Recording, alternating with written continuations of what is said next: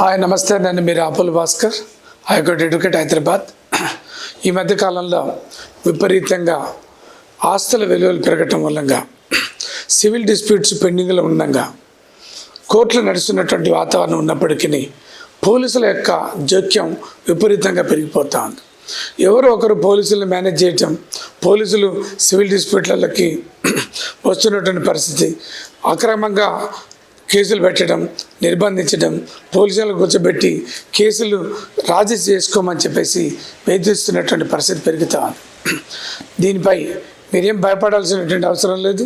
ఎవరైనా పోలీసులు civil డిస్ప్యూట్లకి intervention అయ్యి ఇబ్బంది పెడుతుంటే మీరు ఏదైనా ఒక న్యాయవాదిని పెట్టుకొని హైకోర్టులో ఒక ఆర్టికల్ 226 కింద ఒక రెడ్ పిటిషన్ వేయండి.